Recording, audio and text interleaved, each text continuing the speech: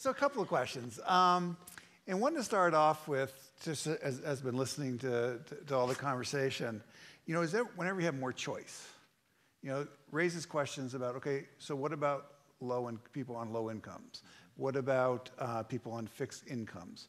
Because a lot of choice is moving toward people who have both the ability to pay for choice and are particularly interested in choice. So as we're moving toward this model where choice becomes much more important in the regulatory framework, you know, what about some, you know, the low-income households, and how does choice affect some of the other constituencies? Well, I'll take a stab at this. It's obviously a critical issue, and at a minimum, my view is that low-income customers, those who don't have the ability to exercise choice in this system, need to be held harmless from it as we move forward, so that their rates are not, so that they're not being asked to pay for the choices that others are making, and we may have an issue there as more and more customers choose distributed generation. Are they paying their full freight for the grid services that they still require, but that state policy may not have caught up to their desire to do that, and that's something I think we really need to take a close look at. So in thinking about and anybody who wants to jump in, just feel free. But in thinking about off your remarks there are a lot of local communities that care about climate change, care about energy efficiency. You know, this is an issue that within the local communities. Now, typically, when we're talking about state regulation and obviously the big impact that federal regulation can have. But what about, you know, bringing in? How about the relationship between the regulatory structure and these communities that want to be deeply involved? Yeah, you know, what we found with Minneapolis and what we're finding with other communities like Arden Hills, St. Paul has an opportunity at the Ford plant. There's a lot of interest in localized energy planning that has to be done in the context of this statewide regulatory framework that we have in place, because we do want to make sure that that the choices that those local communities are making to advance their own local energy plans doesn't negatively impact other customers outside those communities. That was something we continually focused on in the Minneapolis project, but you do want to find the discretion, the opportunity, and the wiggle room in that current regulatory framework to allow innovation to blossom. And I think that we were able to find that in Minneapolis. We're working on it up in Arden Hills with a number of parties here that are here today. I think, and I think the Ford plant as well are three important places that I think we're really going to see some innovation. I'll also mention Rochester. Outside the Twin Cities area, Rochester has indicated a really strong interest in planning for its energy future as well. And I think we need to find different ways to allow those local communities to plan what they're looking for and within the context of these broader trends in our state regulation. You know, thinking about this, regulation, utility regulation has traditionally been driven by equity. That's the culture of regulation. And so we have a tariffing process that makes sure similarly situated customers are treated similarly. And essentially it means almost every customer treated the same within certain broad rate classes. And Ben talked earlier about utilities changing their culture. I think that's where I think regulators are going to have to change, not giving up or abandoning the notion of equity, but showing and providing more flexibility to allow customers to purchase different things that others might not be interested in within that tariffing framework. And so I don't necessarily think you need to change the process or even abandon or eliminate tariffs, but we're going to have to change the way we think about and be more flexible about the way we tariff and the way we approve tariffs and allow that. And I think culture changes have to happen across the board if this is going to work. More differentiation amongst customer groups, I think, is important going forward. We won't be able, the one size, one customer fits all size, it's not going to be what enables these innovative options in the future. But I want to go back to the low income issue for a moment. It's really important. It's not just I think it's critical, the first do no harm that approach that Bill mentioned, but I also think there are some affirmative things that we also should be doing. One of those that we're talking about within the 21 discussion is an affordability rate. Rather than charging low-income customers the full tariffed rate and then discounting off of that through low-income assistance and others, let's charge them a rate that makes sense for them and start there. And I think that'll keep more low-income folks paying their bills, engaged in the system. I think that'll be better for everyone if we can find our path forward. But that's a different way of thinking about the tariffs. And I think what we want to avoid, it seems to me, is a second tier, kind of a sort of less important tier of customer who, when they call the utility, are on hold for 30 minutes. Which is what market forces tend to do, not through some nefarious people are being bad, but that is what the market does tend to do, those market pressures. That's what the market does, and I'm really sort of, I have sort of no ill will towards Comcast or Time Warner. They're acting rationally in a market where they have power, and to the extent you're a very large business customer, you're probably doing fairly well. You don't have to go through a complex menu to get to someone who doesn't even know what you're talking about. Yes.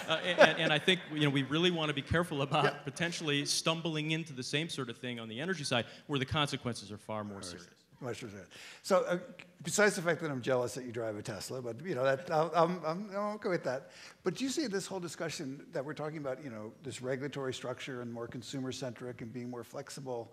This is sort of one of the exciting frontiers that is also going on about the driverless car and the electric car. And do you see that in this discussion that's also going to be playing a role, trying to advance some of the driverless car, the electric car, some of that? Well, I think what people are interested in is superior products at a lower price. And so that's why I think you're going to continue to see electric vehicles becoming more and more prevalent in American society. As much as I like to talk about my Tesla, You have a Tesla? yeah, I mean, is that, there's environmental benefits to it, and there's certainly operating costs that are cheaper. But ultimately, what sold me on buying the vehicle was the performance. And so if you think about it from that perspective, it's not replicating the technologies we have today or the usages we have today.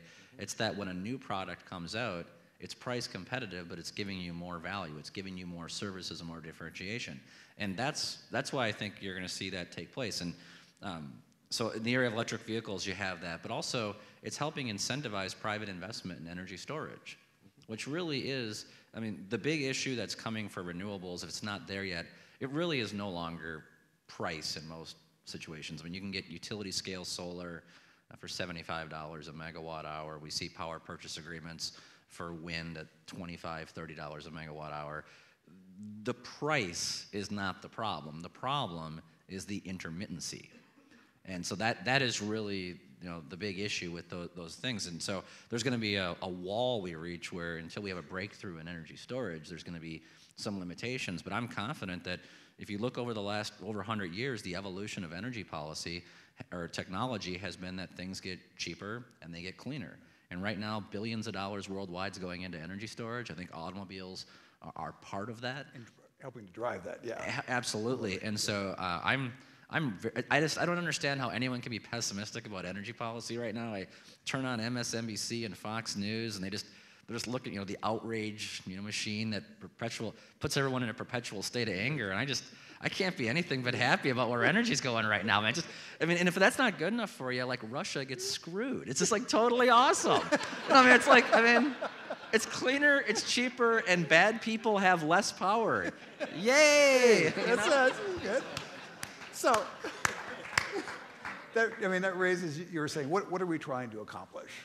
So if we take a step back, and what this whole discussion, is what is trying to be accomplished is to eliminate fossil fuels from the generation of electricity, that we're going to move toward a system that is basically based on renewables. I mean, I'll take a first shot. I mean, that's part of what we're, I think, aiming at, depending on who you talk to. There is a general policy now in this country, especially in Minnesota, sort of driving towards reducing the use of fossil fuels and reducing the carbon footprint of electric energy generation. But that's a part of it. And I think another part of this is actually making electric service more responsive to the nuanced demands and expectations of customers. And so that you have different parallel trends running in sort of the same direction. Public policy drives, public policy imperatives on the one hand, but also I think customer desires and expectations as customers become more sophisticated and more educated. I think, you know, decarbonization of the whole economy is part of what's going on here, and clearly there's a need to do so. The climate signals are getting stronger all the time. It's really not a choice that we have, I think, to move toward a less carbon-intensive energy system first, and other sectors of the economy need to follow after that. But the other thing I think we're trying to accommodate at the same time that we're decarbonizing the system is providing customers with greater opportunities for choice. And we're hearing all the time at the department, I know others in other seats that they occupy are hearing the same thing, that customers increasingly want to be able to have some control over their energy choices, whether it's at the community level, whether it's at the household level, the business level, what have you. I think the response that we saw to Xcel's Community Solar Garden proposal, which was just phenomenal. I expected it to be larger than maybe Ben did, but I didn't expect it to be as large as it was. And you know, that's something that is really a trend, and it's happened in nearly every other major industry, and it's just coming to this industry now. While we do that, we have to be very careful, though. There will be strong pressure anytime that the word choice is used for deregulation to be the next step that some are going to want. We thought long and hard about this in the early 80s and said, no, that's not the direction that we want to go here. Other states did, for the most part, to their own misfortune, but that's right. But that's something that we need to be mindful of here too. You know, our system prefers scale, and those who have the opportunity to take advantage of scale economies are going to want to be able to take advantage of that through an exclusive relationship with their provider. They're not going to want to be mixed in with everyone else. And we have to be very vigilant about that as we go forward. I have to be careful what I say, because now like people listen to me. So, I mean, I think we just brought up, you know, we had an interesting conversation. We're talking about making sure that we don't, shift rate classes and shift the burden of our system on the low-income individuals. And we talk about the community solar program, which does, I mean, without getting into specifics and without, you know, concentrating on it too much, there's some concerns there. It's a really good deal for some large companies, and it's not such a good deal for people like my mom and dad. And so I have some concerns about that stuff. But I think going forward, the focus isn't on picking the generation, it's on preferring the outcome. You know, what is the outcome? What is it we're focused on? And the outcome is cleaner energy that is more affordable. What the source is, we don't really care, right? I mean, ultimately, those are the policy objectives we're looking for, are energy sources that are cleaner and more affordable. And I think, again, I can't emphasize this enough. You look at the breakthroughs in technology and where things are going. I mean, technology is magic. I mean, it really does make things better. Yeah. And so I have supreme optimism about these breakthroughs that are going to be taking place. So that's a good setup for the question from the audience. Off to the technology. It says, Minnesota has been a real leader in renewable energy and energy efficiency, but not smart meters. Why not? And how can we change this? And by the way, when? Well, no, whoever asked the question, you're right. And if you look at the market of, sports tickets, min pass lanes, the movement is towards paying for what you use. And the two big barriers we have to this right now are, number one, requires a significant investment in infrastructure, and number two, it's unpopular. Because in concept, people will say they want this choice, they want to pay for what they use. Well, let's put cost-based rates into law and see what happens. Let's see who shows up at the Capitol to talk about, actually having the people who use large amounts of energy. Oh, please charge me more? Yeah. So again, this is a perfect example of, and I represent a safe district, I can say this, what the public is asking for is they're talking out both sides of their mouth. And so I think that smart meters are a very good idea. I think that's exactly where we should be going. But the public right now is just not willing to tolerate the trade-offs with that, which is they're going to get the same energy sources they're having before, they're going to pay more, and now they have to make a decision about whether they're going to be inconvenienced to pay less by using it off-peak. And they don't want that choice. They say they want choice, they say they want empowerment, but when you present that to them, they say no. But yeah, we should be going to smart meters, but I don't think it's going to happen anytime soon. So this question, we're looking at changing the historic regulatory compact. Shouldn't we look at changing the geographic franchise of utilities to make it as efficient as possible? No. Okay, next question. Well, and maybe I'm not understanding the premise of the question, but what I heard is maybe along the lines of what Bill was cautioning against, which is the service territories, the geographic location, who serves in what areas. That is a pretty fundamental piece of our regulatory framework, and messing with that would take a rethinking from the ground up of a lot of what we do in Minnesota, and I don't think, as Bill mentioned, we've covered that ground in the past, and I think it's that we can achieve much more going forward without having to plow that ground.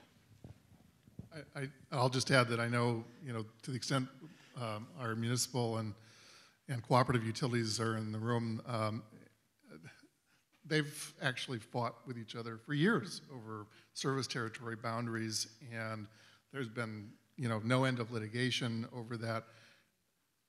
I don't know that there's a need in addressing the problems that we've identified here this evening to start changing or messing around with where service territory boundaries are. I think some of that's going to occur naturally, and one of the ways in which I think that's going to happen is that states bordering each other with drastically different outlooks on energy policy may force some enterprises to look at, do I want to do business in this state primarily or that state? Because doing business in both states simultaneously is virtually impossible. But it'll be driven by the politics of it. One more point on that is you mentioned the munis and co-ops. They both distribution municipals and distribution co-ops found ways to find efficiencies by going to scale through their generation and transmission service providers, and I think that was a tremendous innovation that occurred and allowed those types of co-ops and munis, those public power folks, to really provide great service cheaper than they otherwise would have on their own. I just think that this comes back to sort of a point I was trying to make. I don't think the regulatory compact is broken. I just think it needs to be adjusted, and it needs to be more nuanced to deal with some of these trends we're talking about. I mean, we have record high customer satisfaction associated with electric utilities. We have highly reliable service that's gotten more reliable over time, in Minnesota in particular, but also nationally with some exceptions. So things are working well. We have some trends that challenge the system, but I think it'd be a mistake to change for change's sake. Because a lot of what we did wrong in the telecom and communications industry, I think, was driven by this drive to just change because it's time to change. And I think we need to be really careful about that. So this is an interesting question. It's basically are we being aggressive enough question. So what does the Minnesota electric system of 2030 look like if you set out to achieve 80% or more carbon reduction, so double the current plan? What needs to happen for XL to have a clear signal that this is where to go as a company? This may be a question for you, but we're going to ask it for the panelists. Well, we are looking at ways that we can move beyond kind of the next horizon on low carbon energy.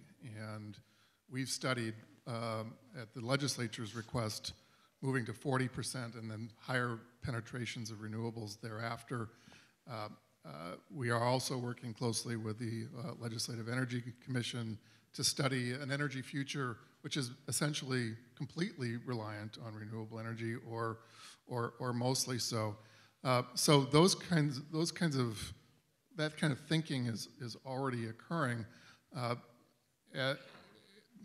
The devil is going to be in the detail, as it always is, and the pace of technological breakthrough is going to drive a lot of how quickly we can move. As Representative Garofalo mentioned, the introduction of storage technologies, while we don't need it to get to 40%, and probably not even to 50%, my guess is that we need it to get to 80% or anything north of 50. And so how quickly that technology becomes as cost competitive as some of the other generation technologies we've been talking about is going to be a fundamental issue. And Chris, that's a long-term question, but I think there's two things to look at in the short term that will have dramatic impacts on this going forward. The first of all is the federal government's 111D implementation plan. This is the President Obama's greenhouse gas rules from the EPA. They are not giving us credit for early adoption. Okay, now there are very few things that I will draw the line in the sand on, but that is an issue I will draw the line in the sand on. If the federal government doesn't give us credit for that early adoption, then we ain't cooperating with 111D. That's just period. And I don't mean to go all Texas and Rick Perry on people, but I mean, I think Minnesota has done it the right way. It is profoundly stupid to punish us for doing things right and not waiting for the federal government to tell us what to do. If the federal government follows through on that and doesn't, and I think they will, I think they'll give us credit for early adoption, but if they don't do that, you are going to be stifling innovation in Minnesota for a generation. Because anytime someone wants to move forward, be forward-thinking, long-term in their thinking, they're going to say, well, we're going to get punished for this. Why would we do it? The second thing is, on a more short-term basis, is I think there's a conversation about where does Manitoba Hydro specifically fit into this? Where's the large hydro mix? Right. If you look at the cheapest electricity rates in the nation, they're in the state of Washington, primarily because of the Grand Coulee Dam, hydroelectricity.